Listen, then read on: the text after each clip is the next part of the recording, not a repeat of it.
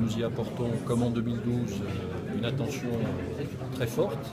dans le contexte qui n'est plus celui de 2012, c'est-à-dire un niveau de menace qui reste très élevé. Ce qui veut dire que l'événement va conserver sa portée populaire et festive, mais avec une rehausse du niveau de sécurité que nous avons préparé depuis de longs mois, depuis le début de l'année 2016, et donc quasiment un doublement des effectifs mobilisés, à la fois sur terre et sur mer, pour assurer un encadrement avant la manifestation et le jour du départ, le 6 novembre. Une augmentation du niveau de sécurité des accès à partir de la mer, pour éviter par exemple toute intrusion par le chenal portuaire vers le port de plaisance, un contrôle de l'espace aérien, notamment l'interdiction du survol des drones, et une augmentation des forces de l'ordre appuyées par des caméras qui n'étaient pas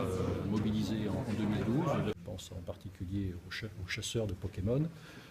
mais au-delà